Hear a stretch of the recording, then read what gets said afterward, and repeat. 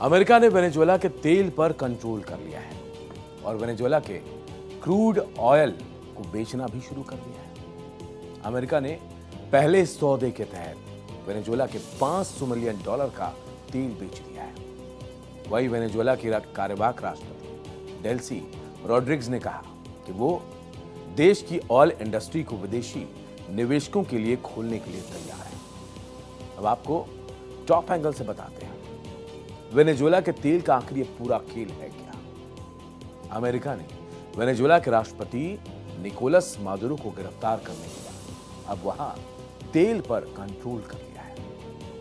America ने आधिकारिक तौर पर वेनेजुएला के क्रूड ऑयल को बेचना शुरू कर दिया है और पहले इस सौदे के तहत अमेरिका ने $500 मिलियन का तेल भी बेच दिया और बिक्री प्रक्रिया भी पूरी हो चुकी है।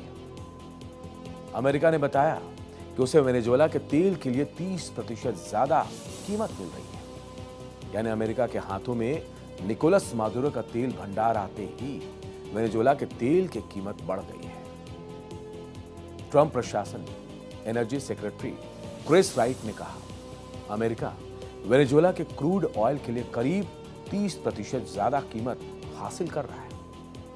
वहीं एक अमेरिकी अधिकारी ने बताया कि वेनेजुएला के क्रूड ऑयल की पहली बिक्री पूरी कर ली गई है, जो इस महीने की काराकास और वॉशिंगटन के बीच हुई $2 अरब की डील का हिस्सा है।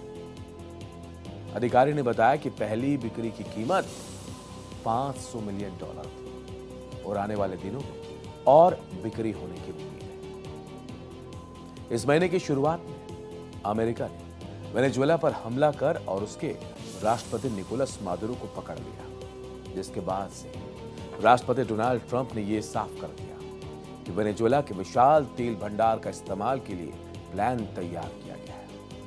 साथ ही ट्रंप ने कहा था कि वेनेजुएला अमेरिका के प्रतिबंधों के तहत आने वाले 30 मिलियन से 50 मिलियन बैरल तेल सौंप देगा, जिसे बाजार की कीमत पर बेचा जाएगा और इस बिक्री से मिलने वाले पैसे को खुद कंट्रोल करेगा, ताकि यह पक्का हो सके कि फंड का फायदा वेनेजुएला और अमेरिका दोनों को मिले।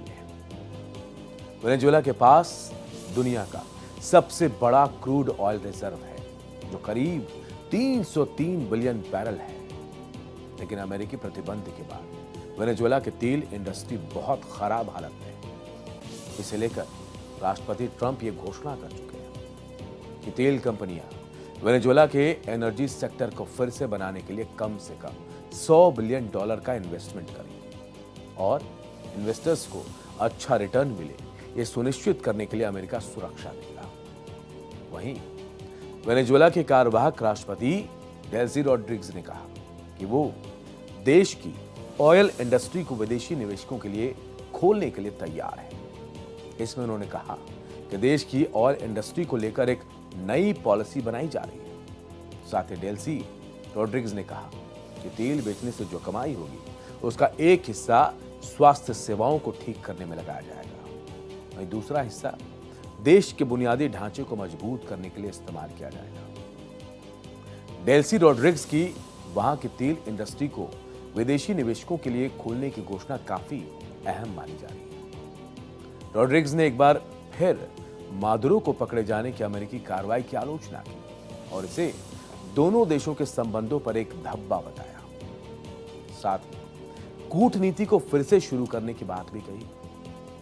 रॉड्रिग्स ने कई ऐसी बातें कही जिनसे साफ पता चलता है कि वेनेजुएला की सरकार पर अमेरिकी दबाव है।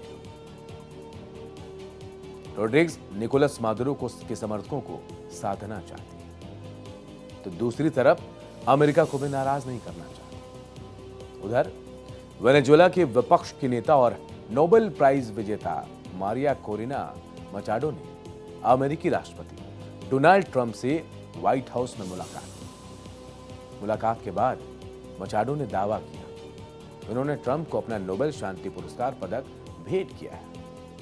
उन्होंने इसे वेनेजुएला की आजादी के प्रति ट्रंप की अनोखी प्रतिबद्धता की पहचान के तौर पर उठाया गया कदम बताया। मचाडो की ट्रंप से मुलाकात ऐसे वक्त पर हुई जब इसी महीने की शुरुआत में अमेरिका ने सैन्य कार्रवाई करके वेनेजुएला के राष्ट्रपति निकोलस मादुरो को पकड़ लिया था। ट्रंप लंबे समय से नोबेल पुरस्कार पाने के खुलेआम ख्वाहिश जाहिर करते रहे। ट्रंप खुद को पुरस्कार ना देने के लिए नोबेल कमेटी और नॉर्वे की सरकार को निशाने पर लेते हैं। ट्रंप की लगातार बयानबाजी के बावजूद पिछले साल नोबेल कमेटी ने शांति पुरस्कार के लिए मचाडो के नाम की घोषणा की थी। पुरस्कार जीतने के बाद मचाडो ने इसे ट्रंप को समर्पित किया था। इस नोबेल कमेटी ने एक बार फिर कहा था कि नोबेल शांति पुरस्कार का मेडल किसी को दिया जा सकता है, लेकिन पुरस्कार ट्रांसफर नहीं किया जा सकता। तो देखिए, जो हालात है इस वक्त वेनेजुएला में, उसके हिसाब से यह मुलाकात बहुत मायने रखती है।